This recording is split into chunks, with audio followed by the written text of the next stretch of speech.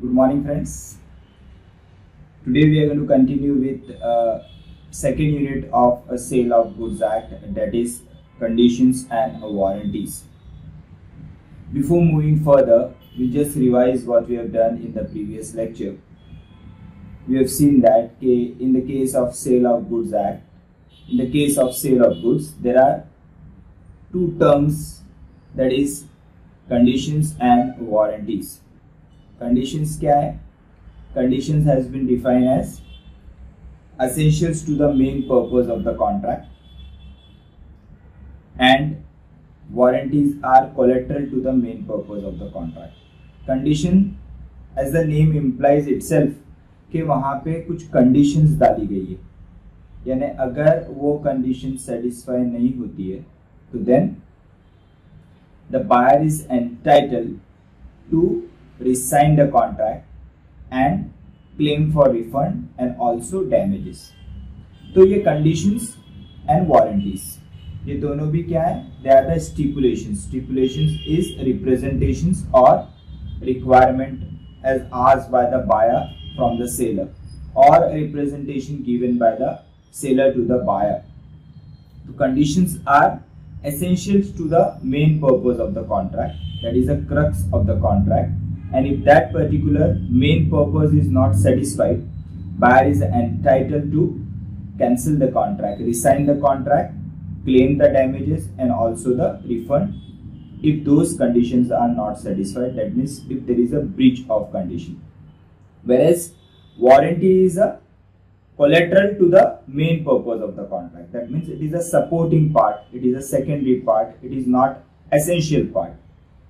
Warranty का अगर breach होता है तो buyer is entitled to claim the damages, however he cannot repudiate or resign the contract. He can only claim the damages if there is a breach of warranty. In the case of condition, the seller will be liable to refund the amount or he will be liable to change the product. Whereas in the case of breach of warranty, seller will be liable only for the purpose of repairing of that particular part which has got damaged or got defective. However, if he is not able to satisfy the promise which he has made as regards to warranty, then the seller will be responsible for damages. That means वो circumstances में अगर कोई part का warranty दिया है seller ने और उस पार्ट को अगर सेलर रिपेयर करके नहीं दे पा रहा है या फिर चेंज करके नहीं दे पा रहा है, तो इन दैट सर्कमस्टेंसेस बायर किसी और से उसको रिपेयर करवाएगा और उसका खर्चा सेलर से लेगा. That means he is going to claim the damages from the seller. However, in the case of breach of warranty, the buyer is not entitled to repudiate the contract, whereas in the case of breach of condition, buyer is entitled to repudiate the contract. So these were some of the important rules as regards to conditions and warranties. Further, we have seen that there may be circumstances where the buyer will treat the breach of condition as a breach of warranty. That means he will not go for the purpose of refund, he will not terminate the contract, he will be satisfied by only claiming the damages. We have seen that voluntary waiver of breach of conditions. That means the buyer himself is waiving in the sense वो खुद होके छोड़ दे रहा है, उसके पास जो superior rights available है वो superior rights पे ना जाके वो inferior rights पे satisfy हो जा रहा है. या फिर second, we have seen that he is electing the breach of warranty in lieu of breach of condition. उसके पास दोनों भी ऑब्जेक्ट अवेलेबल है, breach of condition भी है, breach of warranty भी है, उसको चूज करना है, लेकिन वो breach of condition चूज नहीं कर रहा है, वो breach of warranty चूज कर रहा है. जब ये कब पोजीशन आएगा? जब उसको लग रहा है कि एज सच उसका मेजर लॉस नहीं हो रहा है. थर्ड वन अपन ने देखा कि if the contract is not severable, that means where there are n number of things are involved in the case of a contract and which are not severable from one to another. Here we have seen the example of concrete जो construction purpose के लिए लग रहा है, तो उस case में भी we have seen that कि buyer will treat the breach of condition as breach of warranty. Last case we have seen that impossibility, जहाँ पे इम्पॉसिबिलिटी अराइज हो जाए. Impossibility may be on account of supervening factor or it can be on account of change in law. ये circumstances में he will be forced to treat the breach of condition as a breach of warranty. He cannot ask that कि आपको ये पूरा करना ही पड़ेगा. Buyer cannot ask the seller कि आपको conditions का ये rule follow करना पड़ेगा. वहाँ पे seller is not bound to go for it because there is a change in law or there are certain factor which is not within the control of the seller. So these were the 4 cases we have seen that के जहाँ पे buyer will treat the breach of condition as a breach of warranty. इसके बाद मैंने कल आप लोग को बताया था कि कंडीशन 2 टाइप का होगा, उसी तरह वारंटीज भी 2 टाइप की होंगी. कंडीशंस 2 टाइप के कौन से, एक होता है एक्सप्रेस कंडीशन और एक होता है इम्प्लाइड कंडीशन. एक्सप्रेस कंडीशंस यानी जो एक्सप्रेसली बायर और सेलर के बीच में डिसाइड होता है. I told you at the start itself that there are representation, that is a stipulation made by the seller to the buyer and buyer to the seller. There are n number of representations, stipulations made between both the parties. Some of the stipulations will be very relevant and some of the stipulation may not be relevant. Those stipulations which are relevant and will form part of the contract, they are called as a express stipulation, and those express stipulation may be express condition or express warranty. यानी आप seller और मैं buyer और अपने दोनों के बीच में कुछ इंपॉर्टेंट डिस्कशन हो रहा है. वो बोल रहा है कि प्रोडक्ट में ये पर्टिकुलर चीज चाहिए ही चाहिए जब मैं ये लूंगा और आप मुझे ये लिख के दोगे, तो इसको आप बोलोगे कि एक्सप्रेस कंडीशंस है या एक्सप्रेस वारंटी है. और वो चीज अगर कॉन्ट्रैक्ट का इन राइटिंग या ओरली फॉर्म पार्ट होता है तो they are called as an express condition. However, there are certain conditions which are implied by law. Implied यानी वहां पे डिस्कशन की जरूरत नहीं है, वो इम्प्लाइड है कि अगर there is a sale of goods तो ये condition impliedly by law seller से बायर को मिलेगी, and that is a fact of discussion for today. Express condition क्यों नहीं डिस्कस कर रहे हैं, क्योंकि express condition will differ from contract to contract. Different kinds of product के अंदर there may be different conditions. तो here there is no express book or express conditions की वहाँ एक लिस्ट है कि यही चीज आपके कॉन्ट्रैक्ट में सेलर से बायर को एक्सप्रेसली मिलेगी. It depends upon the type of the contract कि कौन से कंडीशंस एक्सप्रेसली सेलर और बायर के बीच में डिसाइड होंगे. लेकिन इम्प्लाइडली कुछ चीजें फिक्स है. इम्प्लाइडली कुछ चीजें लॉ ने दिया है कि सेलर से बायर को मिलना चाहिए, और उसका डिस्कशन यहाँ पे इंपॉर्टेंट है कि कौन कौन सी इम्प्लाइडली यानी बायर को ये पता होना चाहिए कि अगर वो लॉफुली कोई चीज सेलर से परचेज कर रहा है तो उसको क्या चीजें बाय लॉ आप सेलर से बायर को मिलने वाली है, and that we are going to study today.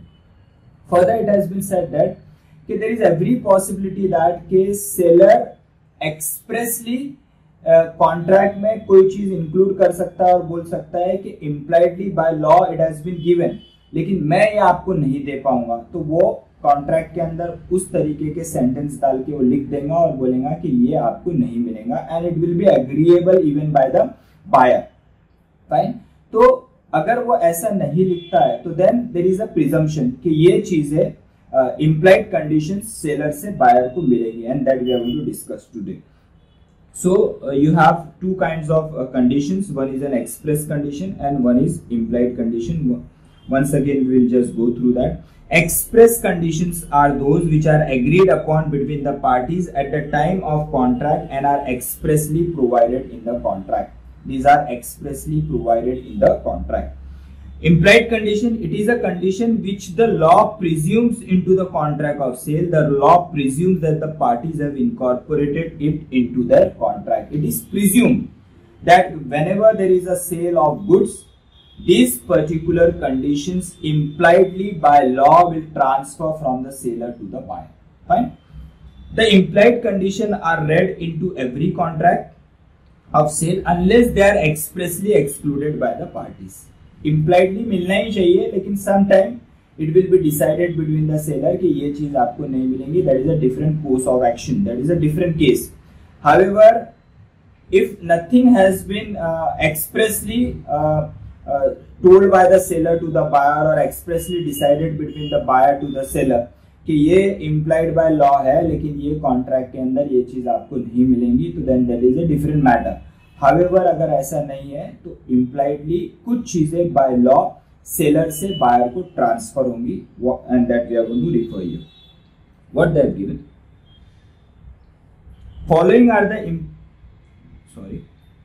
Following are the implied conditions which are contained in the Sale of Goods Act. What are the following implied conditions? First one is condition as to title. Simple.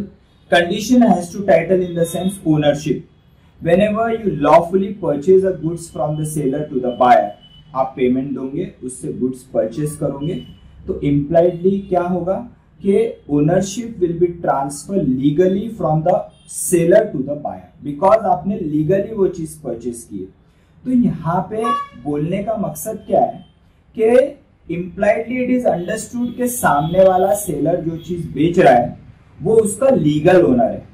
आप कभी भी किसी दुकानदार के पास जाओगे तो ये कभी नहीं पूछोगे कि ये माल चोरी का है क्या, are you a legal owner of this goods which you are selling. You are never going to ask, though you can ask but you are not going to ask. Why you are not going to ask? Because it is impliedly understood that कि अगर ये दुकानदार के पास ये चीजें है, उसने display में लगाई है, तो इज अ लीगल ओनर और वो उस गुड्स का टाइटल आपको देगा. अगर आप उसका पेमेंट देते हो लॉफुली तो उसकी ownership will be transfer from the seller to the buyer. तो it is implied by law that whenever you want to purchase goods from the seller, the ownership, that is a title, will be transferred from the seller to the buyer. What it has been said, according to this condition, it is presumed that the seller has a valid title to the goods. Valid title in the sense कि he is a legal owner. Though उसने goods on sale और return basis पे लाया हो, लेकिन फिर भी assumption क्या होता है कि अगर उस दुकानदार की दुकान में अगर कोई चीज है और अगर वो बेच रहा है तो ही इज एन ओनर.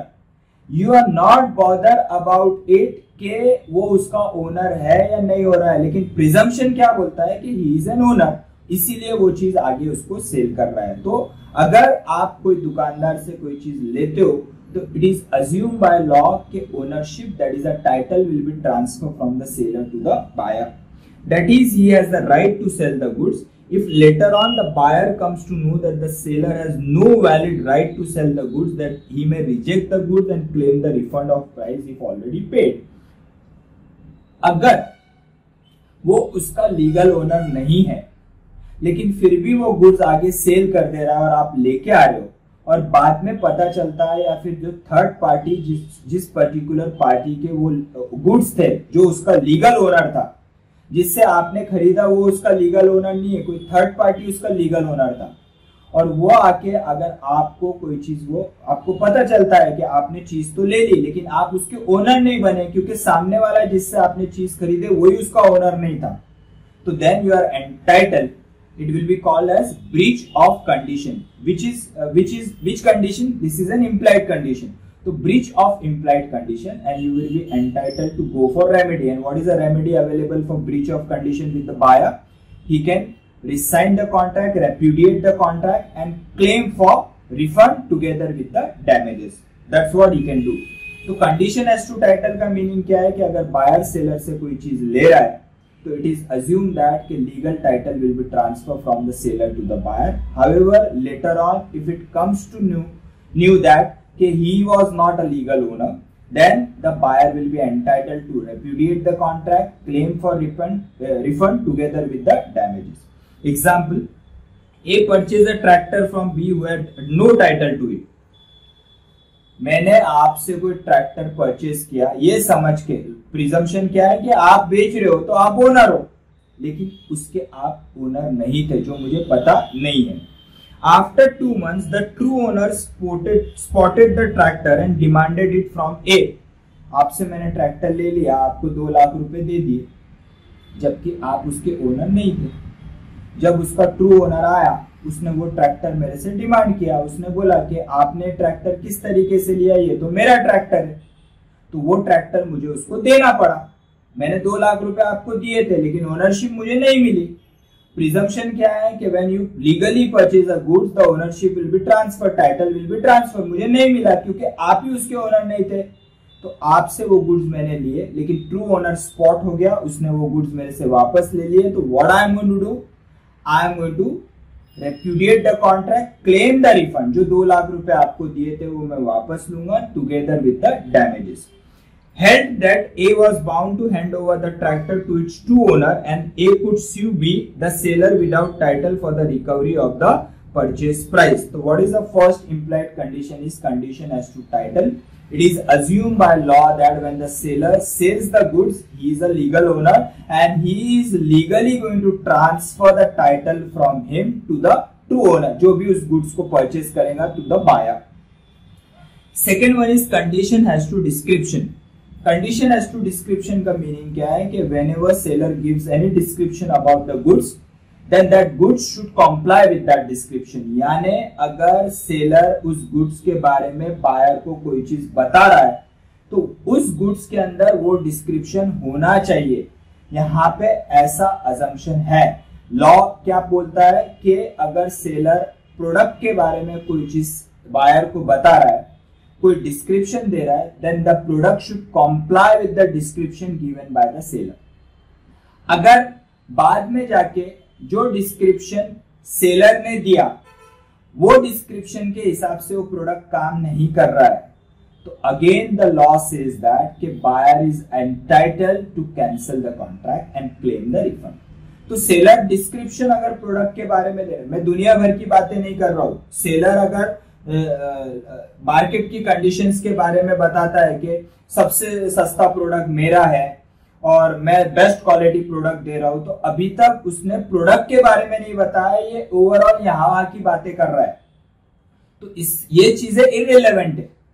इस चीज के लिए बायर विल बी रिस्पॉन्सिबल। अगर वो बोलता है कि सबसे सस्ता मेरा माल है, कम से कम प्रॉफिट लेता हूं, प्रोडक्ट बेस्ट क्वालिटी का है, ऐसा, तो यहाँ पे ड्यूटी बायर का है कि पहले मार्केट को जाके चेक करे और फिर आके उस दुकानदार से वो चीज परचेज करे। यहाँ पे कोई इम्प्लाइड कंडीशन प्रिवेल नहीं होगा कि उसने बोला कि सस्ता प्रोडक्ट है तो मैंने ले लिया और बाद में दूसरी दुकान पे जाके पता चल रहा है कि उससे और सस्ता मिल रहा है, तो यहाँ पे सेलर रिस्पॉन्सिबल नहीं। सेलर कब रिस्पॉन्सिबल रहेगा? For description.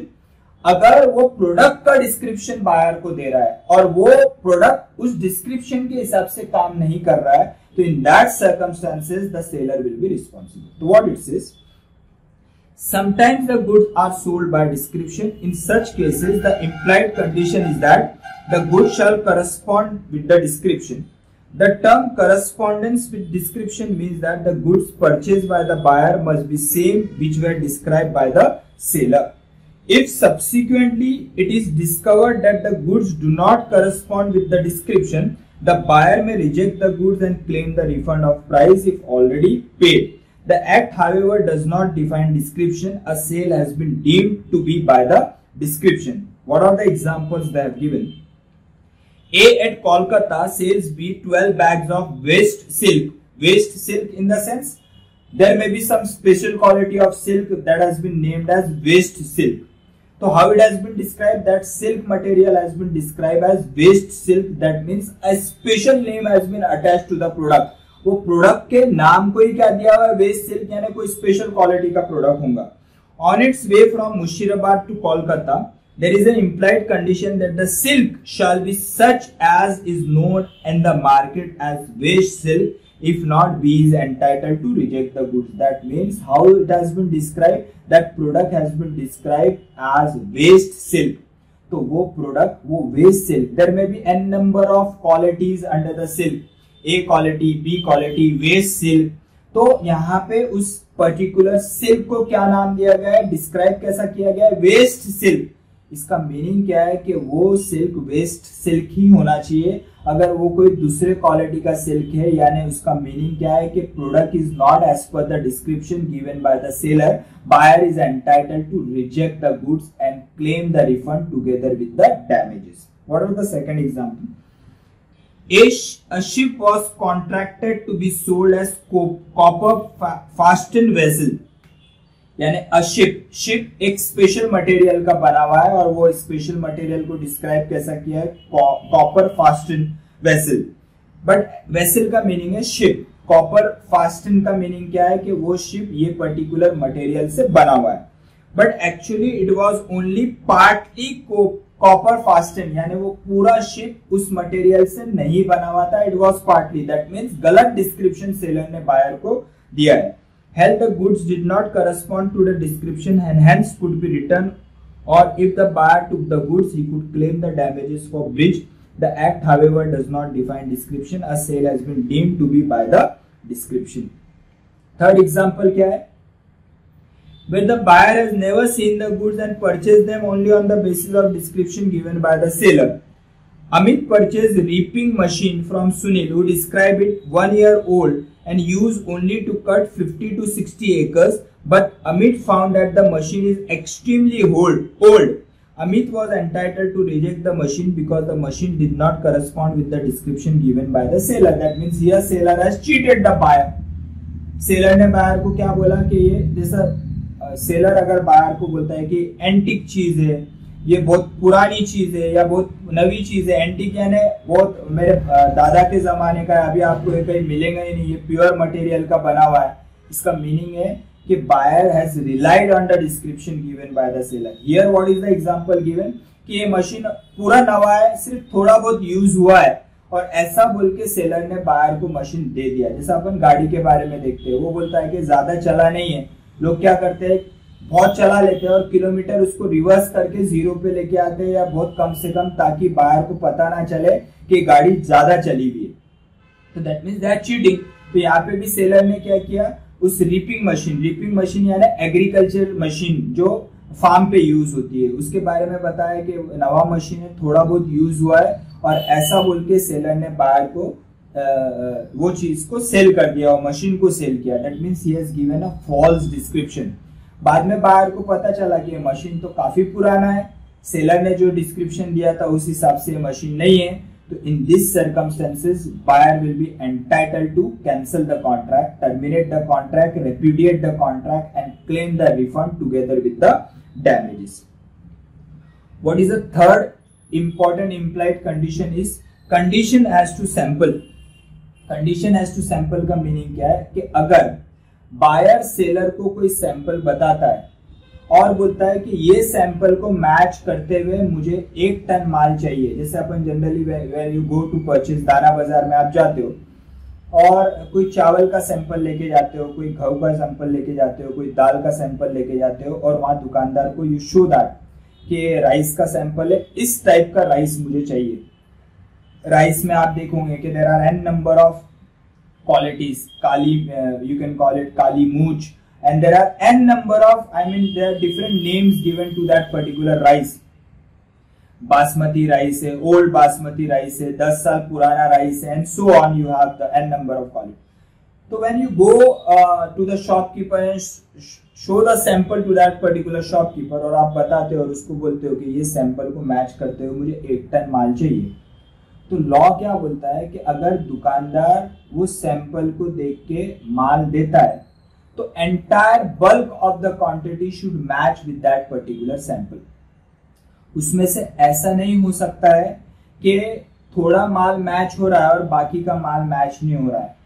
Entire 100% should match with that particular sample. अगर मैंने 1 टन माल बोला है, वो सैंपल मैंने छोटा सा 50 ग्राम्स ऑफ सैंपल लेके गया और बोला कि मुझे 1 टन 1000 kg चाहिए, तो वो entire 1000 kg should correspond with that 50 gram of rice. उसमें से सेलर बोल नहीं सकता है कि यार 200 किलो तो माल दूसरा था, 800 किलो तो बराबर मैच हो रहा है। पूरा 100% शुड मैच। 1000 kg बोला है तो 1000 kg, entire kg, not even 999, entire 1000 kg should correspond with that 50 gram of sample, and if it does not correspond, then again the same rule, it will be regarded as a breach of condition and buyer will be entitled to reject the terminate the contract and reject the goods and claim the refund. What it says, in the case of sale of goods by showing the sample to the buyer, there are following 3 implied conditions: that the goods delivered shall correspond with the quality of sample, that the buyer shall have a reasonable opportunity of comparing the bulk with the sample, the goods shall be free from any latent defect, Such defects are discovered when the goods are put to use. क्या बोला गया है? अगर sample दिखा के buyer कोई good seller से ले रहा है तो 3 चीज उसमें होनी चाहिए. पहली क्या बोल रहा है कि the goods delivered shall correspond. Correspond means match.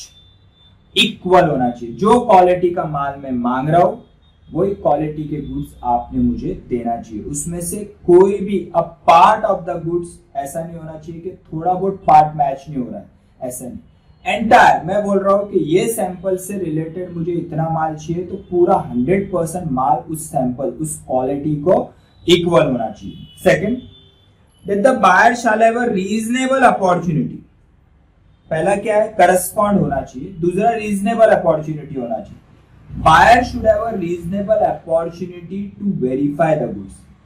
अगर आप बोलते हो कि ये आपके सैंपल से मैच करता हुआ ये गुड्स आप मैं दे रहा हूं तो I should have an opportunity to verify, check कि आप जो दे रहे हो वो आप ऐसा नहीं बोल सकते हो आप कब चेक करोगे, बहुत टाइम, इतना मेरे पास टाइम नहीं है, आपको चेकिंग करने टाइम, मैंने जो माल दिया आप लेके जाओ, ऐसा नहीं हो सकता है. अगर मैंने सैंपल बताया और आप मुझे गुड्स दे रहे हो तो मुझे अगर चेक करना है, I am a buyer, I am entitled to do so. तो फर्स्ट कंडीशन इज के bulk should correspond with the sample.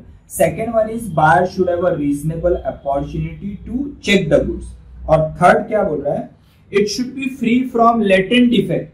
Latent defect का मीनिंग क्या है कि जहां पे डिफेक्ट छुपा हुआ है जो ऑर्डिनरी इंटेलिजेंस से नॉर्मल वेरिफिकेशन से वेरीफाई नहीं होगा, वो लेटेंट डिफेक्ट यानी कोई पर्टिकुलर डिफेक्ट ऐसा है जो ऑर्डिनरी चेकिंग से पता नहीं चलेगा, लेकिन जब वो गुड्स पुट टू यूज होंगे, जब आप एक्चुअली उस गुड्स को यूज करोगे, जब पता चलेगा कि ये गुड्स के अंदर इस तरीके का प्रॉब्लम है, इस तरीके का डैमेज है, इस तरीके का डिफेक्ट है. तो ऐसा डिफेक्ट उस गुड्स में नहीं चाहिए. और ऐसे डिफेक्ट जो डिफेक्ट आपके ऑर्डिनरी वेरिफिकेशन से, ऑर्डिनरी इंटेलिजेंस से, नॉर्मल चेकिंग से पता नहीं चलते, ऐसे डिफेक्ट को आप बोलते हो लेटेंट डिफेक्ट. तो goods should be free from latent defect, यानी ऐसा डिफेक्ट उस गुड्स में नहीं चाहिए. तो ऐसी 3 चीजें बोली गई है सैंपल्स के बारे में. पहला, वो करस्पॉन्ड होना चाहिए, यानी bulk should correspond with the sample. Second one is the buyer should have a reasonable opportunity to check the bulk of goods, and third one is it should be free from latent defect. अगर ये चीज में, ये particular goods में ये 3 चीज allow नहीं है या इसमें से एक भी चीज मिसिंग है तो again it will be regarded as a breach of implied condition and buyer will be entitled to repudiate the contract, claim the refund and damages. What it says? Example. In the case of sale by sample of 2 parcels of wheat, the seller allowed the buyer an inspection of the smaller parcel but not of the larger parcel. In this case, it was held that buyer was entitled to refuse to take any latent of the parcel of wheat. यहाँ पे आपने एक चीज verify करने दी, दूसरा verify नहीं करने दी, तो आपने सेकंड कंडीशन ब्रेक की. 3 कंडीशन सैंपल की क्या है?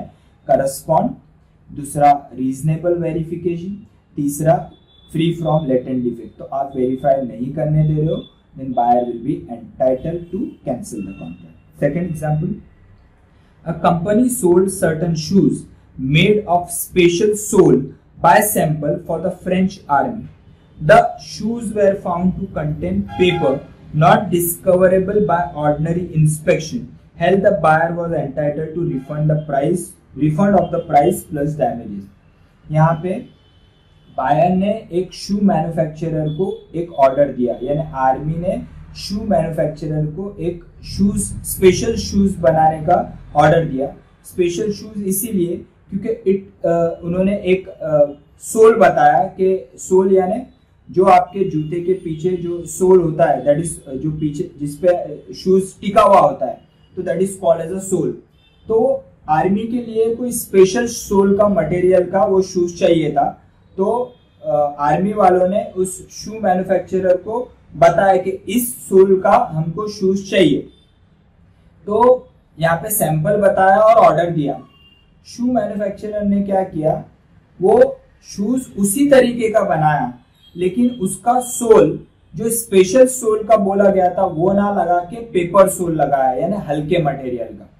तो वेन जो दिखता एक जैसा था, लेकिन as far as quality is concern वो क्वालिटी फार पुअर था एज फार एज उन्होंने जो दिखाया था। तो यहां पे बोला गया है कि यहां पे क्या बोला है कि shoes were found to contain paper not discoverable by ordinary inspection, यानी there was a latent defect जो ordinary inspection से पता नहीं चल रहा है। मैंने क्या बोला है, latent defect का पता कब चलेगा, ordinary diligence या ordinary inspection से पता नहीं चलेगा। उसका पता कब चलेगा, वो दिखेगा एक जैसी, वो दिखेगा जैसा आपने मांगा वैसा ही प्रोडक्ट दिखेगा, लेकिन उसके क्वालिटी एज जो आपने बताई थी उस तरीके की नहीं है। ये कब पता चलेगा, जब आप वो प्रोडक्ट को एक्चुअली यूज करोगे। तो यहाँ पे भी वैसे ही हुआ कि शू मैन्युफैक्चरर ने शू मैन्युफैक्चर करके आर्मी को दिया, जो दिखता था वैसा ही, उसका सोल जो था वो उसी तरीके का दिखता था जिस तरीके का मांगा गया था। लेकिन जब पता चला कि वो क्वालिटी में उस तरीके का नहीं है, जब उसको एक्चुअली में यूज किया, तो here there was a breach of implied condition from the side of the seller and buyer is entitled to cancel the contract and claim for price and damages. Next one is condition as to sample as well as description. अब sample भी बताया और description दोनों चीज है। अभी previous 2 cases में क्या किया है कि सेलर ने डिस्क्राइब किया और माल दिया तो डिस्क्रिप्शन को कॉम्प्लाई होना चाहिए। बायर ने सैंपल बताया और सेलर ने गुड्स दिया तो those bulk of goods should correspond with the sample. यहाँ पे बोला गया है कि डिस्क्राइब भी किया है और सैंपल भी बताया है, तो उस केस के अंदर वो particular bulk of goods should correspond with both sample as well as description given by the buyer to the seller और सेलर टू द बायर, यानी उसमें एक भी चीज मिसिंग नहीं होना चाहिए। सैंपल जो क्वालिटी का है वो सैंपल, लेकिन अगर मैं बोलता हूं कि इस तरीके का चाहिए मुझे गुड्स, लेकिन इसमें मुझे रेड कलर का चाहिए। For example, if I show you certain goods and tell you that कि मुझे गुड्स इस क्वालिटी का चाहिए लेकिन ये ब्लू कलर है, I need in red colour, that means I am ordering for certain balloons. I ask you कि balloons मुझे इस क्वालिटी के बलून्स चाहिए, there is a special party and these balloons are of special quality, I need the balloon of this particular quality, that means I have given you a sample, but what I tell to you that कि ये balloons जो ये blue है, मुझे blue नहीं मगर मुझे पूरे red quality के चाहिए, यानी मैं यहाँ पे description भी दे रहा हूँ as well as I am showing you the sample। तो in that circumstances अगर seller goods supply कर रहा है तो डिस्क्रिप्शन को भी कॉम्प्लाई होना चाहिए एज वेल एज सैंपल को भी होना चाहिए। अगर वो नहीं होता है तो buyer is entitled to cancel the contract. What it says, sometime the seller shows a sample of goods to the buyer and also give him that description. In such a case the implied condition is that the good shall correspond with both the sample as well as description. Sample buyer seller को दिखाता है, describe करता है, या seller buyer को बताता है और डिस्क्राइब करता है, तो the good should correspond with the both sample as well as description. What it says, X bought from Y describing certain foreign refined rapeseed. X bought from Y describing certain foreign refined rapeseed. Now what is a rapeseed? Seeds of rape plant used chiefly for oil, that means for the purpose of manufacturing oil. So here X bought from Y describing what he has described, certain foreign refined rapeseed oil which was warranted to be equal to sample. The oil supplied was equal to sample. The sample was actually a mixture of rapeseed oil and hemp oil. X was entitled to reject the goods because the goods supplied did not correspond with the description. That means one of the buyer has shown the sample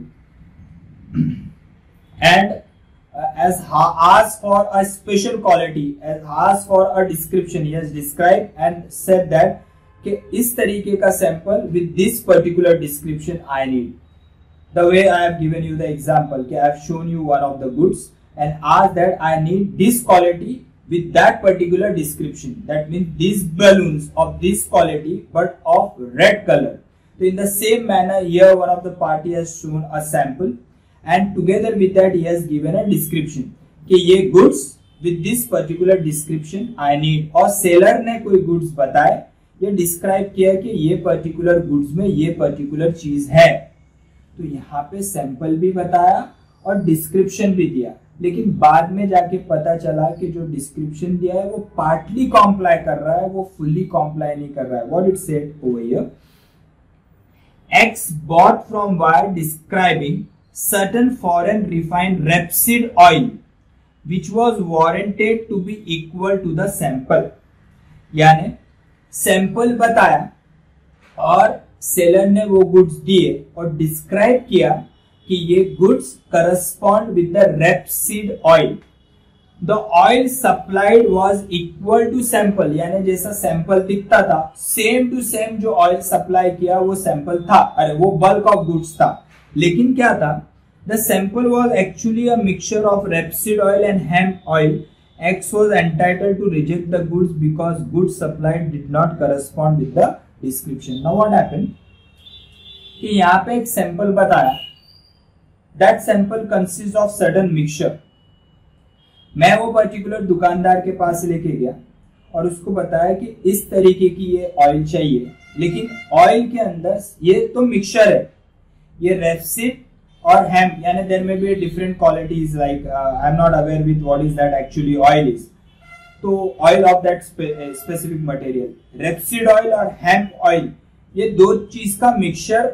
एक sample मैं दुकानदार के पास लेके गया और उसको बोला इस तरीके का ऑयल चाहिए, लेकिन ऑयल में सिर्फ रेपसीड मिक्स होना चाहिए, हेम्प नहीं मिक्स होना चाहिए.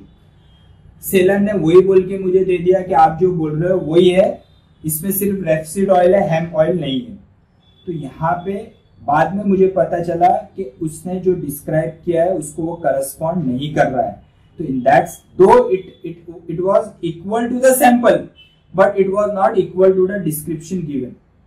तो here what the law says कि अगर सैंपल और डिस्क्रिप्शन दोनों भी चीजें अगर प्रोडक्ट में है तो दो प्रोडक्ट दोनों को कॉम्प्लाई करना चाहिए. पहला अपन ने क्या देखा कि सैंपल बता के गुड्स लिए, देयर इज नो डिस्क्रिप्शन, सिर्फ सैंपल बताया, उस तरीके का सैंपल सेलर ने बायर को दिया, पूरे गुड्स उस सैंपल को कॉम्प्लाई करने चाहिए. फिर वो सैंपल में खराबी थी नहीं थी that is a different matter. जो सैंपल बताया same to same goods seller ने बायर को देना चाहिए.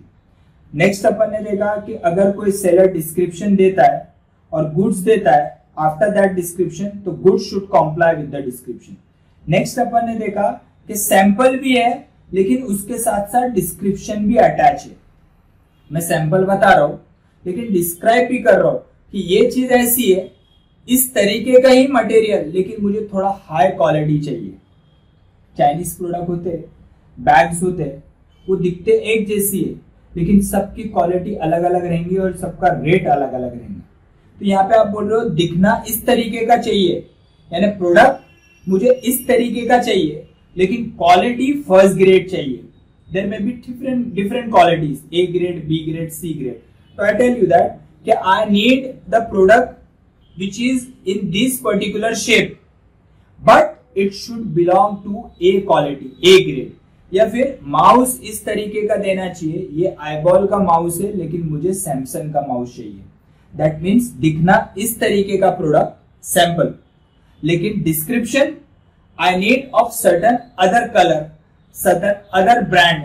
तो यहाँ पे क्या है, सैंपल भी दिखाया और उसके साथ साथ कुछ डिस्क्रिप्शन अटैच कर दी. तो सामने वाला अगर आपको कोई चीज दे रहा है तो वो sample as well as description को कॉम्प्लाई होना चाहिए, otherwise the buyer is entitled to repudiate the contract and claim the refund. Next one is condition as to quality or fitness for buyer purpose. Now this is very interesting. Now condition as to quality or fitness for buyer purpose. अब buyer का purpose क्या है वो seller को कब पता चलेगा, जब बायर वो पर्पस सेलर को बताता है. अगर मैं कोई दुकानदार के पास जाता हूं और उसको बोलता हूं कि ये प्रोडक्ट मुझे ये पर्पस के लिए चाहिए, तो सेलर को पता चलेगा कि बायर का एक्चुअल पर्पस क्या है। And then it is a duty of the seller to supply the goods as asked by the buyer, that means as per the purpose of the buyer. Shopkeeper and ask for certain product, so whether seller will be able to know what is an actual purpose of the buyer, why is purchasing that particular goods, तो answer is no. तो यहाँ दो चीजों में मैंने एक particular conditions को दो पार्ट में डिवाइड किया। एक कि बायर दुकानदार के पास जाके अपना पर्पस बताता है और वो गुड्स को परचेज करता है, और सेकंड बायर दुकानदार के पास जाता है और उसको बिना अपना पर्पस बताए दुकानदार से परचेज कर लेता है। तो नाउ यू टेल मी कि सेलर कब रिस्पॉन्सिबल रहेगा? फर्स्ट केस में अगर वो गुड्स बायर के पर्पस के हिसाब से नहीं निकलते, या सेकंड केस में जब वो गुड्स बायर के पर्पस के हिसाब से नहीं निकलते। पहले केस में बायर ने अपना पर्पस सेलर को बताया था और सेलर ने उस पर्पस के हिसाब से उसको गुड्स दिए, लेकिन बाद में वो गुड्स उस हिसाब से नहीं निकलते जिस हिसाब से बायर ने सेलर को मांगे थे, तो सेलर इज रिस्पॉन्सिबल। लेकिन सेकंड केस में जहां पे बायर ने अपना पर्पस ही नहीं बताया, सिर्फ गया और बोला कि ये गुड्स मुझे चाहिए, सेलर ने वो गुड्स बायर को दे दिए, और बाद में बायर घर पे आके देखता है कि यार जो मेरे दिमाग में जो मेरे ख्यालात थे, जो मेरा पर्पस था, वो गुड्स से वो पर्पस मेरा सेटिस्फाई हो ही नहीं रहा है, और फिर वो सेलर के पास जाता है और बोलता है कि नहीं नहीं ये मेरा पर्पस सेटिस्फाई नहीं कर रहा है, तो क्या सेलर इस केस में रिस्पॉन्सिबल रहेगा? नहीं रहेगा, क्योंकि यहां हो गया यूनिलैटरल मिस्टेक। आपने बायर सेलर को अपना पर्पस नहीं बताया। तो फर्स्ट केस जहां पे बायर अपना पर्पस सेलर को बताता है, तो it is a duty of the seller to supply those goods which will satisfy the purpose of the buyer. In the second case, where the buyer does not disclose his purpose and purchase the goods relying on his own judgment, in that case the seller will not be responsible. What it says? Ordinarily, there is no implied condition that the goods shall be fit for the particular purpose. Goods shall be fit for a particular purpose. ऐसी कोई implied condition by law नहीं है कि buyer का particular purpose यानी specific purpose कोई good satisfy करेगा। क्यों ऐसा? क्योंकि एक ही चीज अलग अलग लोगों के लिए अलग अलग पर्पस के लिए काम में आ सकती है। ये सुन, for example I purchase a bucket can be use for various purpose. That bucket can be used for the purpose of carrying certain solid material. That means वो bucket मैंने पानी भरने के लिए यूज कर सकता हूँ वो बकेट को, या फिर वो बकेट को मैं उल्टा करके एज अ टेबल यूज कर सकता हूँ, या वो बकेट मैं गेहूं या चावल कैरी करने के लिए वो बकेट में यूज कर सकता हूँ। Instead of bag I am using that bucket for the purpose of carrying that rice और व्हीट।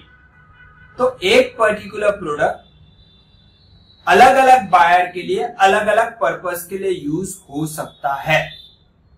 तो आपका पर्पस सेटिस्फाई हो रहा है या नहीं है वो सेलर को पता कैसा चलेगा? नहीं चलेगा जब तक आप सेलर को वो पर्पस बताते नहीं हो।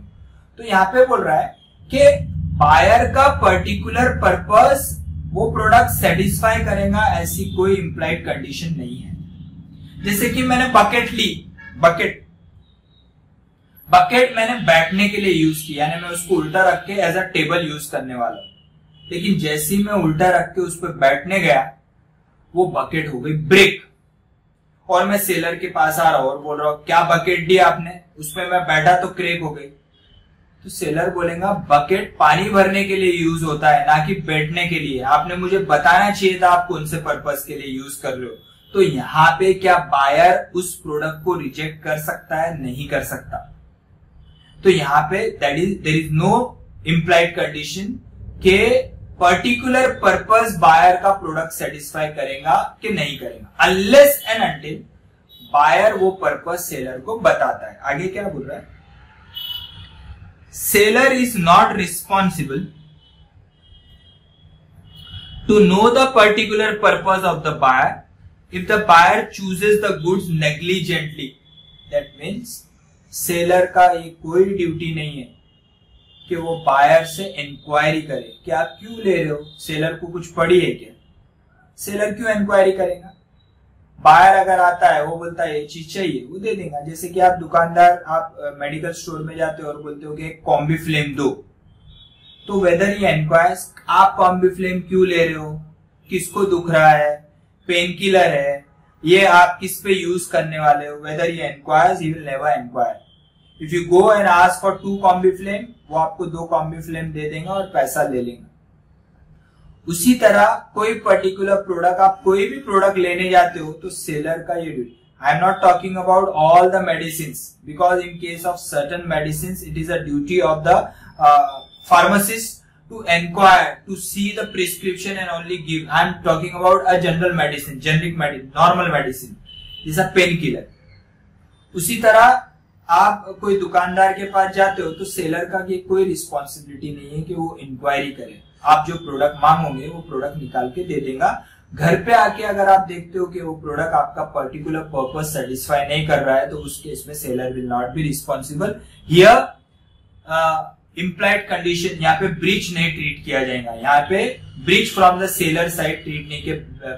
सेलर ने यहाँ पे मुझे डिसीड किया है या मुझे फंसाया है, सेलर ने कुछ फंसाया नहीं, आपने आपके नेग्लिजेंट की वजह से वो चीज ली तो you are responsible, seller will not be responsible. लेकिन आगे क्या बोल रहा है, however in the following exemption there is an implied condition that the goods shall be fit for the buyer's specific purpose. In the following cases the seller is responsible. Earlier cases में seller is not responsible। जब जाके आप seller को एक goods मांगते हो, वो उसको गुड्स दे देता है, वो कुछ इंक्वायरी नहीं करता है, घर पे आके आप चेक करते हो, वो पर्पज आपका सेटिस्फाई नहीं हो रहा है, उस केस में बायर रिस्पॉन्सिबल है, सेलर रिस्पॉन्सिबल नहीं है। लेकिन सेलर कब रिस्पॉन्सिबल रहेगा वो यहाँ पे बताया। If the buyer makes is purpose clear to the seller, buyer ने सेलर को क्लियरली बता दिया है कि इस पर्पस के लिए मुझे गुड्स चाहिए, यानी यहाँ पे buyer is relying on the intelligence of the seller.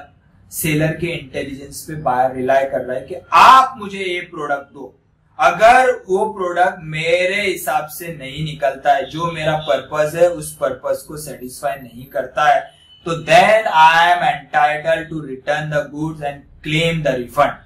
तो यहाँ पे बायर ने स्पेसिफिक पर्पस सेलर को बताया है। अगर बायर अपना स्पेसिफिक पर्पस नहीं बताता है तो ये रूल प्रिवेल नहीं होगा। कौन सा rule? Cancelling the contract and claiming the refund, that rule will not prevail because it will be a unilateral mistake from the buyer side.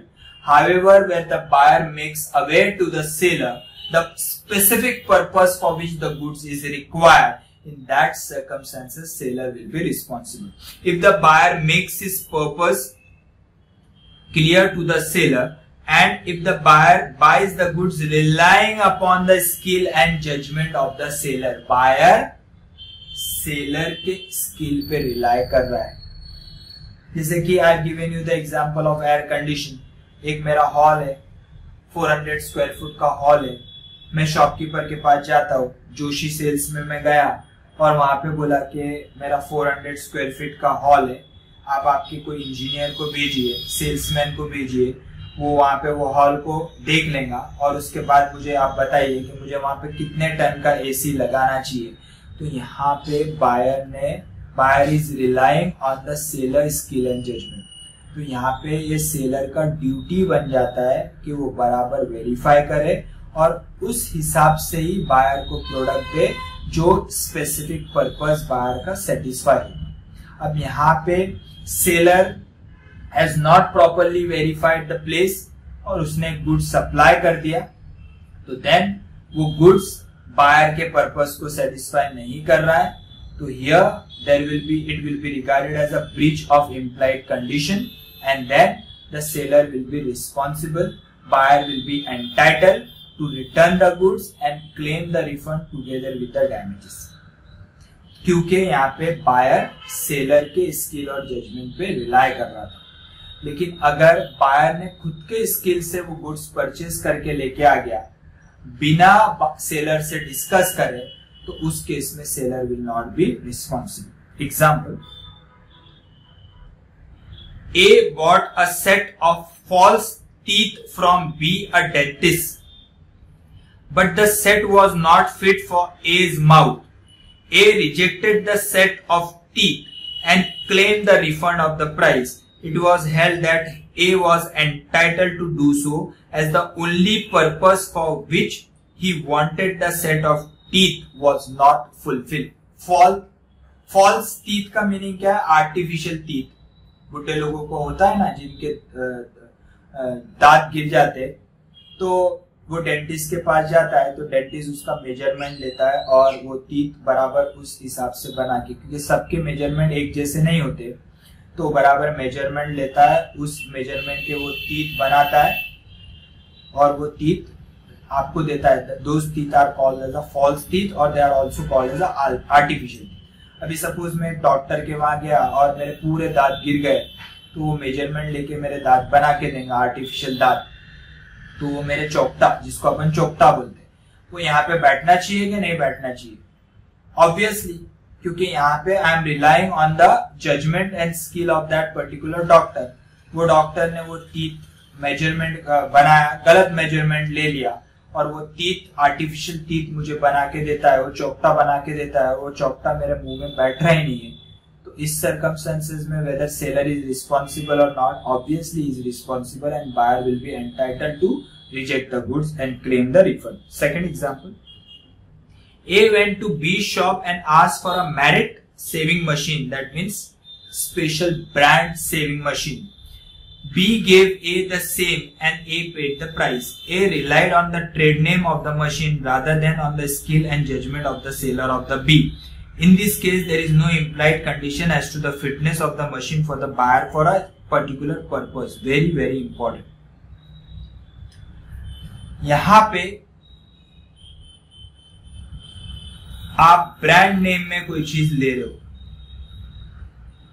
बिना उसके क्वालिटी, बिना उसके डिटेल्स को जानते हुए आप दुकानदार के पास जाते हो और बोलते हो कि सैमसंग गैलेक्सी नोट 8 मुझे चाहिए।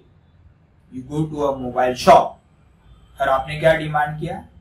सैमसंग गैलेक्सी नोट 8 ये प्रोडक्ट मुझे चाहिए। दुकानदार कुछ इंक्वायरी करेगा क्या?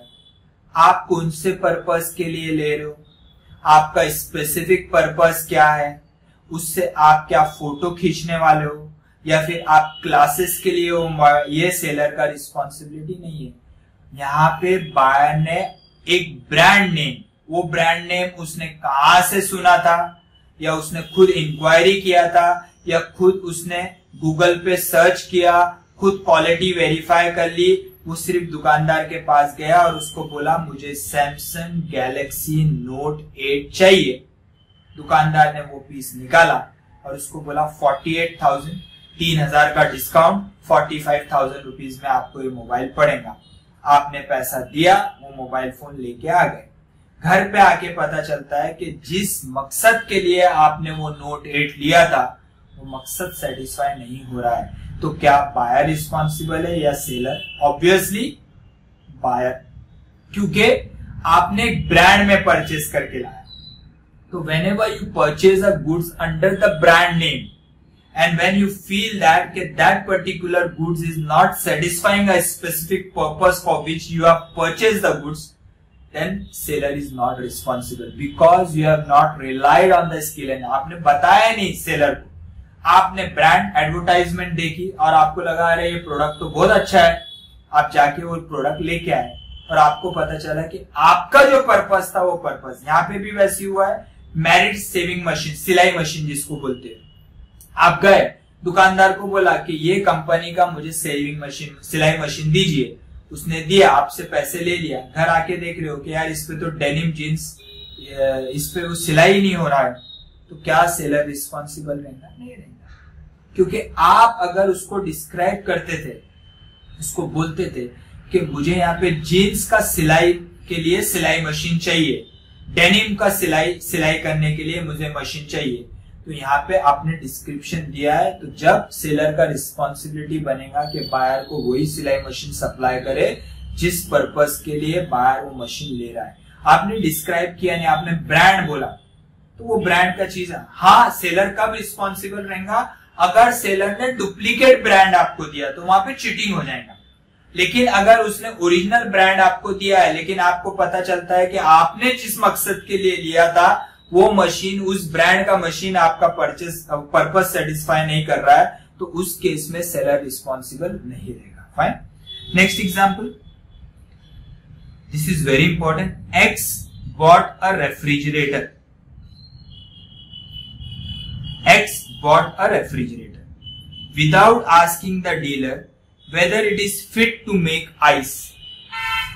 अब यहाँ जजमेंट दीजिए आप कि सेलर रिस्पॉन्सिबल रहेगा कि नहीं।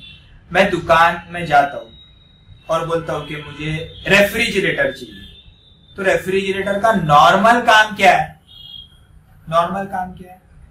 Why you purchase a refrigerator? Refrigerator cooling करता है और आइस बनाता है, बराबर है क्या नहीं?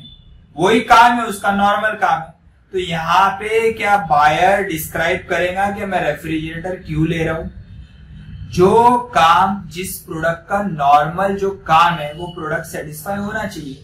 अब मैं एक दुकानदार के पास गया और मैंने कोई भी ब्रांड का एक रेफ्रिजरेटर परचेस करके लाया, कोई भी ब्रांड का, XYZ, Godrej, Kelvinator, Whirlpool, Samsung, LG, जो भी प्रोडक्ट का मैं रेफ्रिजरेटर लेता हूं, A to Z, all the refrigerator उसका नॉर्मल काम तो करेंगे कि नहीं करेंगे? उसका नॉर्मल काम क्या है कि एक पर्टिकुलर पॉइंट तक उसने कूलिंग देना चाहिए और उसमें आइस मैन्युफैक्चर होना चाहिए। यानी अगर आइसक्रीम आपने आइस बॉक्स में वो पर्टिकुलर रेफ्रिजरेटर में रखा है और एक स्पेसिफिक टेम्परेचर पे रखते हो तो वो स्टिफ रहना चाहिए, वो आइसक्रीम स्टिफ रहना चाहिए। ये नॉर्मल हर कोई भी ब्रांड का रेफ्रिजरेटर हो उसका ये नॉर्मल काम है। तो रूल क्या बोलता है? X bought a refrigerator without asking the dealer whether it is fit for making ice. Refrigerator failed to make ice. यहाँ पे वो आइस मैन्युफैक्चर नहीं कर रहा, तो प्रिपेयर नहीं कर रहा, तो सेलर रिस्पॉन्सिबल है क्या नहीं है? Obviously seller will be responsible. Why? क्योंकि जो प्रोडक्ट का नॉर्मल जो काम है वो नॉर्मल वर्क के लिए वो फिट होना चाहिए। यहाँ पे आप एक रेफ्रिजरेटर X ब्रांड का परचेस करके लाते हो और घर पे आने के बाद 10 दिन यूज करने के बाद भी उस पे आइस नहीं बन रहा है, और जब आप दुकानदार के पास जाते हो और उसको बोलते हो कि साहब इसमें तो आइस बन ही नहीं रहा है, तो क्या दुकानदार बोलेगा आपने पहले बताना चाहिए था कि आप आइस इसमें बनना चाहिए? ऑब्वियसली बनना ही चाहिए। यहाँ पे बायर को कुछ बताने की जरूरत नहीं है, क्योंकि जिस मकसद के लिए प्रोडक्ट बनाया गया है वो नॉर्मल मकसद तो सेटिस्फाई होना चाहिए। सेलर ऐसा नहीं बोल सकता है कि आपने मुझे बताना चाहिए था, मुझे लगा आप ऐसा कबर्ड यूज कर। रेफ्रिजरेटर कभी कबर्ड के लिए यूज होता है कि आप कपड़े रखते हो क्या उसमें?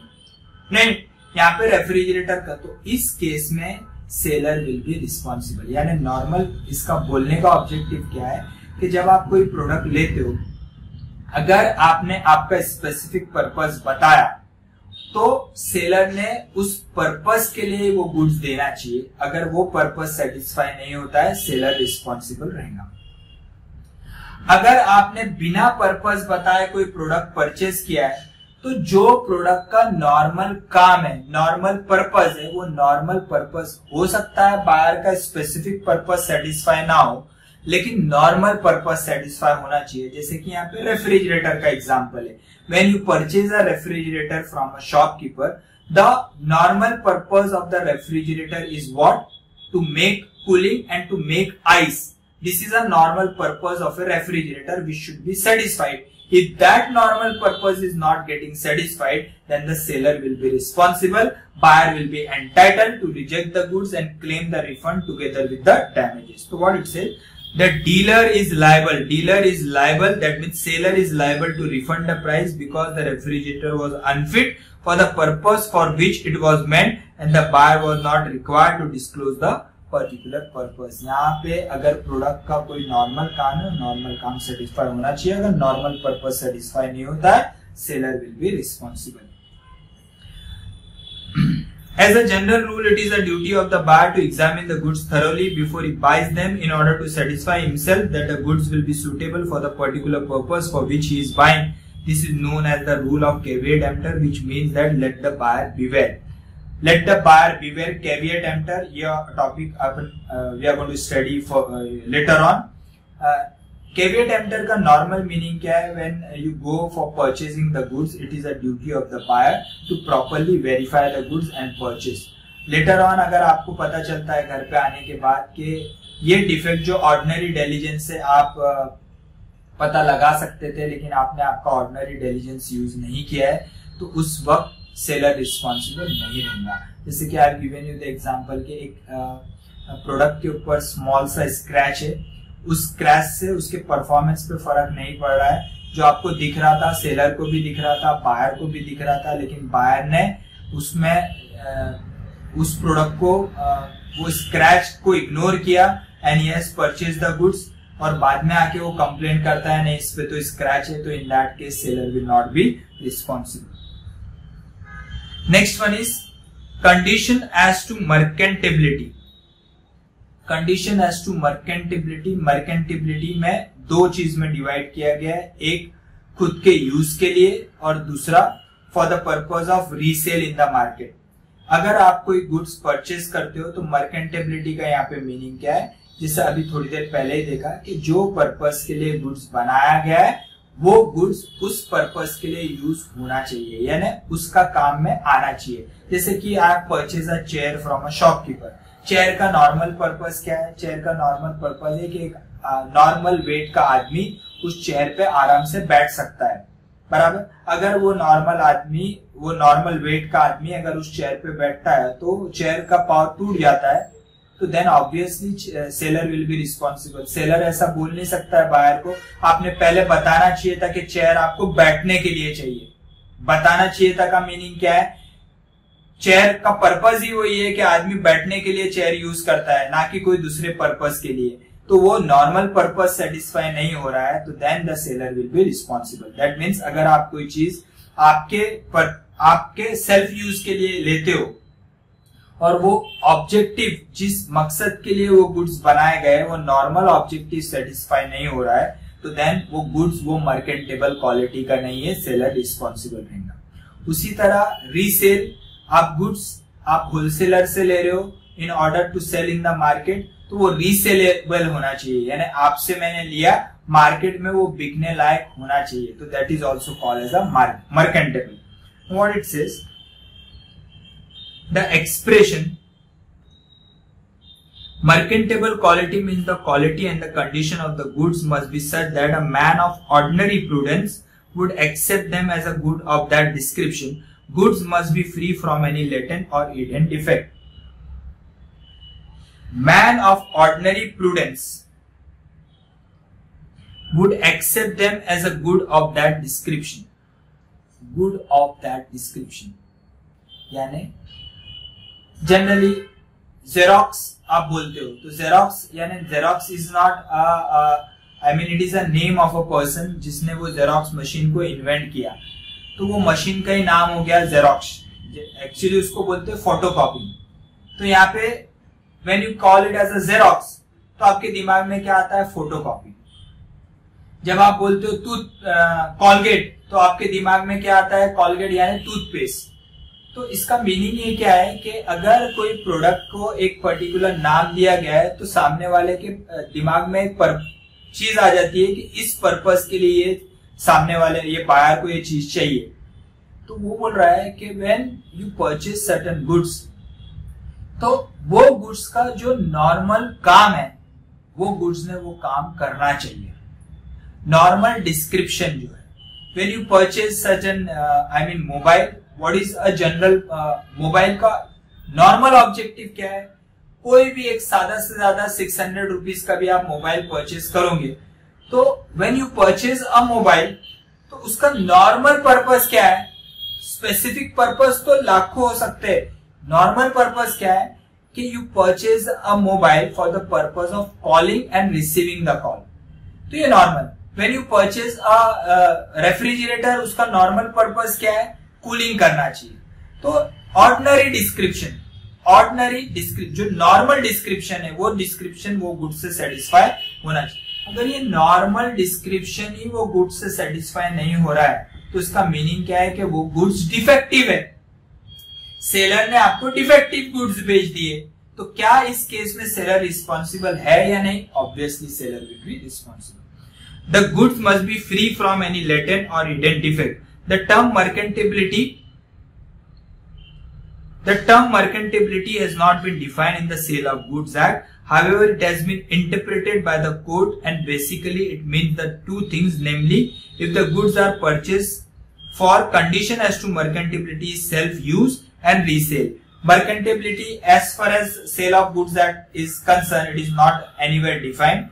लेकिन with the judgement of the court, interpretation of the court, यहाँ पे उसका इंटरप्रिटेशन किस तरीके से लिया गया है कि आप कोई गुड्स लेते हो तो या तो आप खुद के यूज करने के लिए लोगे या उसको मार्केट में रीसेल करने के लिए लोगे। तो कोई भी पर्पस के लिए आप लेते हो, खुद के यूज के लिए लेते हो या रीसेल करने के लिए लेते हो, तो अगर खुद के यूज करने के लिए कोई गुड्स ले रहे हो तो जिस पर्पस के लिए आपने लिया है वो गुड्स सेटिस्फाई। जैसे कि अगर मैं साबुन परचेस करता हूं, बराबर, वॉशिंग का सोप नहीं, लेकिन नहाने के लिए अगर मैं कोई साबुन परचेस कर रहा हूं तो उसका नॉर्मल पर्पस सेटिस्फाई होना चाहिए। अगर मैं वो साबुन यूज कर रहा हूं और मेरे स्किन के ऊपर प्रॉब्लम्स हो जा रहे हैं तो दैट मीन्स वो पर्टिकुलर साबुन मेरे पर्पस, नॉर्मल पर्पस को सेटिस्फाई नहीं कर रहा है, तो then the seller will be responsible. Similarly अगर कोई चीज मैं ले रहा हूं, वो रीसेल करने के लिए ले रहा हूं, तो वो गुड्स मार्केट में रीसेल होने लायक होना चाहिए। तो this is called as a merchantable quality as far as court judgement और court interpretation is concern. What it says, merchantability self use अगर है, then they should be reasonably fit for the purpose for which they are generally use. Reasonably fit यानी normal purpose को satisfy करना चाहिए। Resale करने के लिए ले रहा हूं, then they should be immediately resaleable in the market under that description. यानी जो बोल के मैंने लाया है वही चीज का डिस्क्रिप्शन अगर कोई दूसरा आदमी, मैं आपके पास आता हूं कि मुझे आई टेल यू दैट कि आई नीड मोबाइल कॉर्ड, तो मैंने मोबाइल कॉर्ड आपको नाम दिया और मैं बोल रहा हूँ कि सी टाइप का मुझे मोबाइल कॉर्ड चाहिए और आपने वो मुझे मोबाइल कॉर्ड दिया। अगर वो मोबाइल कॉर्ड को मैं खुद यूज करता हूँ तो वो मोबाइल कॉर्ड यूजेबल होना चाहिए, मेरा मोबाइल उससे चार्ज होना चाहिए। अगर वो मोबाइल कॉर्ड मैं मार्केट में बेचने के लिए निकालता हूँ तो कोई पर्टिकुलर पर्सन मेरे पास वही चीज मांगता है कि मुझे मोबाइल कॉर्ड सी टाइप का चाहिए, और अगर मैं उसको वो मोबाइल कॉर्ड देता हूं क्योंकि मैंने आपसे लिया और आप आगे में बेच रहा हूं, तो उसके पर्पस के लिए वो मोबाइल कॉर्ड काम में आना चाहिए। अगर वो मेरे पास आके कंप्लेंट करता है कि ये मोबाइल कॉर्ड सी टाइप का नहीं है, या फिर ये mobile cord though it is of C type लेकिन उसका मोबाइल उससे चार्ज नहीं हो रहा है, तो देन इसका मीनिंग क्या है कि वो mobile cord is not of merchantable quality and then I am entitled to reject the goods. He is entitled to reject the goods to me and I am entitled to reject the goods to the original seller, जिससे मैंने लिया है मैं उसको वापस दे सकता हूँ। Example, if a person orders motor horn का क्या काम है? अगर मैं जाके मांग रहा हूँ हॉर्न, तो हॉर्न का क्या काम है?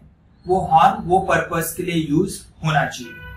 From a manufacturer of horns and the horns supplied are scratched and damaged owing to bad packing, he is entitled to reject them as unmerchantable.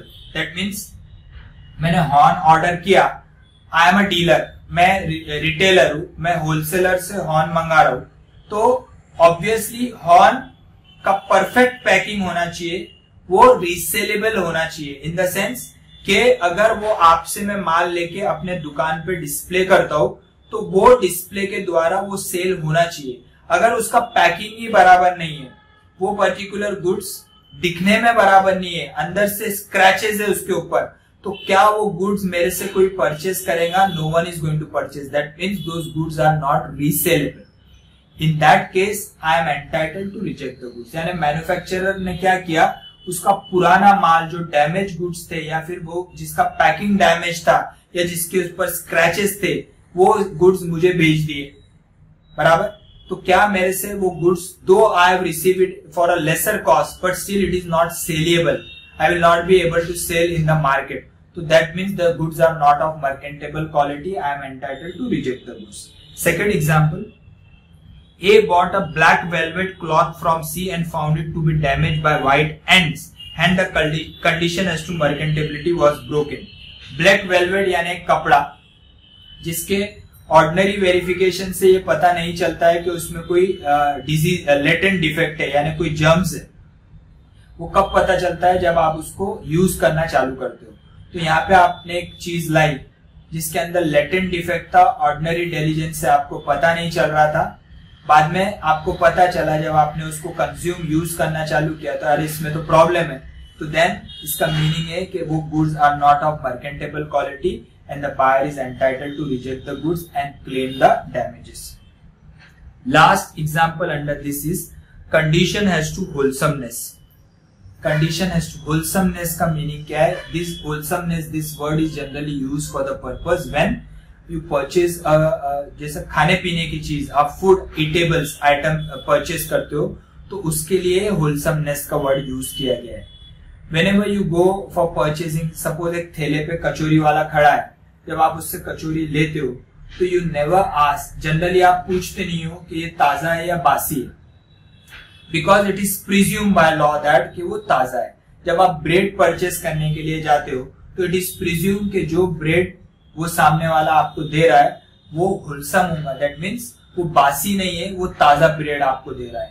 तो यहाँ पे बोल रहा है कि अगर कोई पर्टिकुलर गुड्स ताजा नहीं रहता है, आप उसको कंज्यूम कर लेते हो और उससे आपको अगर प्रॉब्लम होती है तो then the seller will be responsible, क्योंकि उसने आपको ताजा माल नहीं दिया है, बासी माल दे दिया है। व्हाट इट सेज,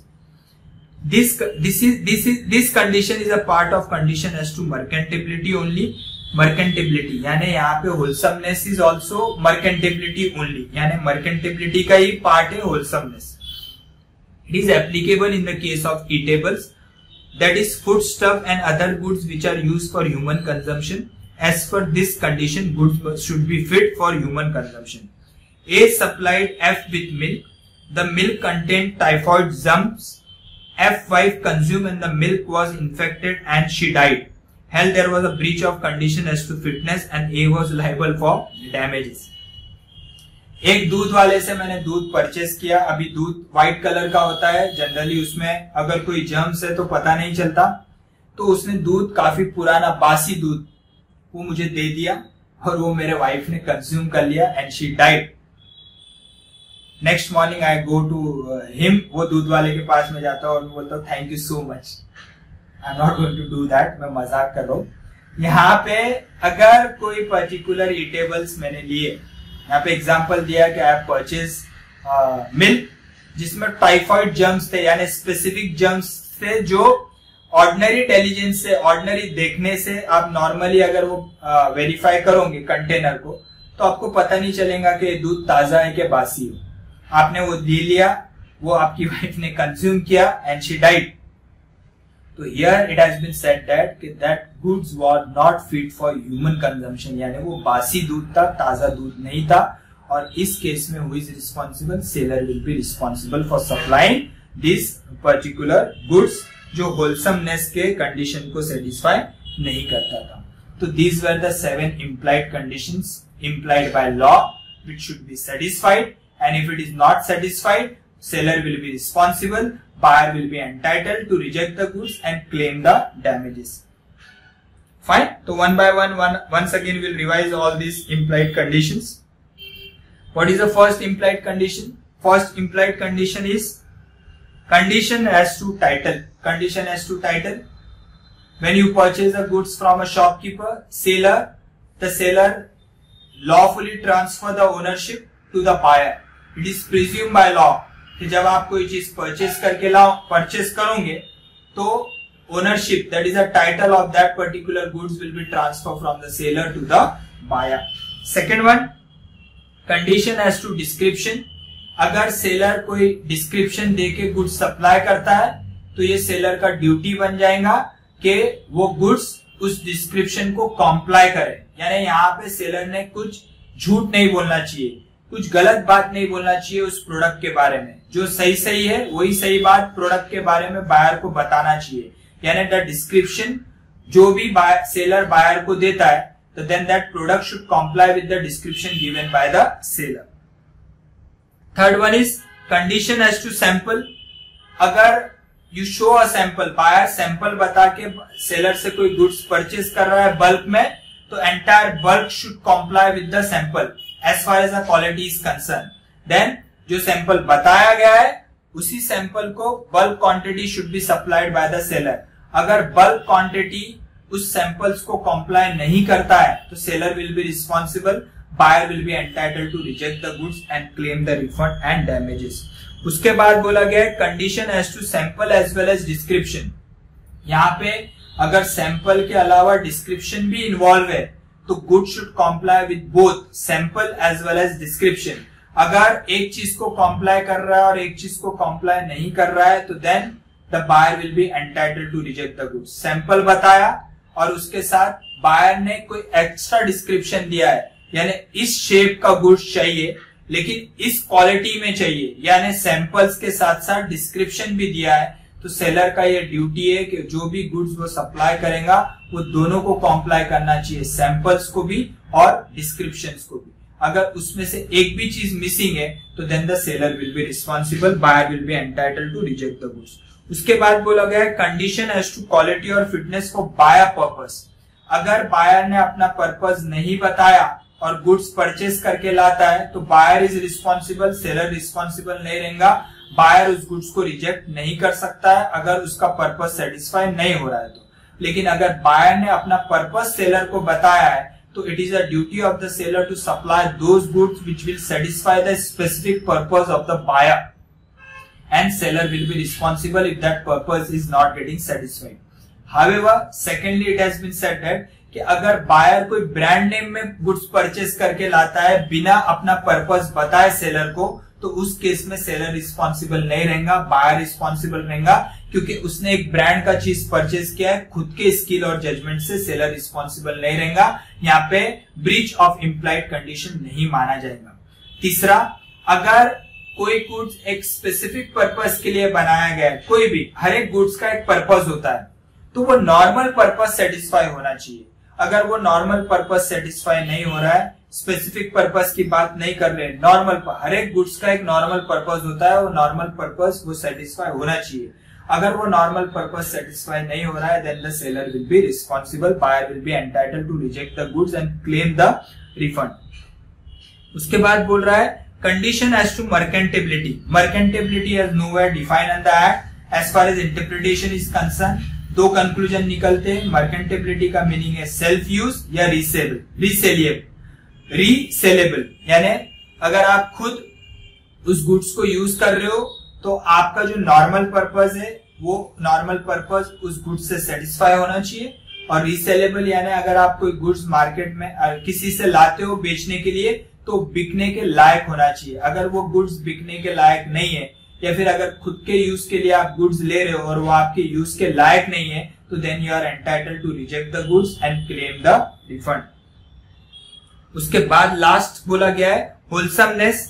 होलसमनेस ये वर्ड जनरली यूज होता है फूड आइटम्स के लिए, ईटेबल्स के लिए, यानी गुड्स ताजे होना चाहिए। अगर आप कोई ईटेबल्स कोई दुकानदार से परचेज कर रहे, मिठाई वाले से कोई मिठाई परचेज करके ला रहे हो, अगर कचौरी वाले से कचौरी परचेज करके ला रहे हो, ब्रेड वाले से ब्रेड परचेज करके ला रहे हो, दूध वाले से दूध परचेज कर रहे हो, तो ये सब चीज ताजा होनी चाहिए, बासी नहीं होनी चाहिए। अगर दुकानदार कोई बासी चीज बेच रहा है जो 3 दिन पुरानी है, 4 दिन पुरानी है और उसमें फंगस है लेकिन आपको दिखाई नहीं दे रहे, उसमें डिजीज है, उसमें जर्म्स है, आपको दिखाई नहीं दे रहे और आप उसको कंज्यूम कर लेते हो और आपके हेल्थ को नुकसान पहुंचता है, तो उस केस में it is implied condition that there is a breach of implied condition, seller will be responsible and buyer will be entitled to claim the damages. So these were the implied conditions. In the same manner, there are implied warranties. This implied warranties जैसा implied condition है उसी तरह implied warranties, there are certain warranties implied by law which will be given by the seller to the buyer, and if it is not satisfied, then in that case buyer will be entitled only to claim the damages. He cannot repudiate the contract. In the case of conditions, if there is a breach of condition, if there is a breach of express condition or breach of implied condition, what we have seen, in that case the seller will be responsible, buyer will be entitled to repudiate the contract, claim the refund and claim the damages. Whereas implied warranty or implied condition, then the seller will be, buyer will be entitled only to claim the damages, but he cannot repudiate the contract. Hope you have understood the concept. Bye everyone.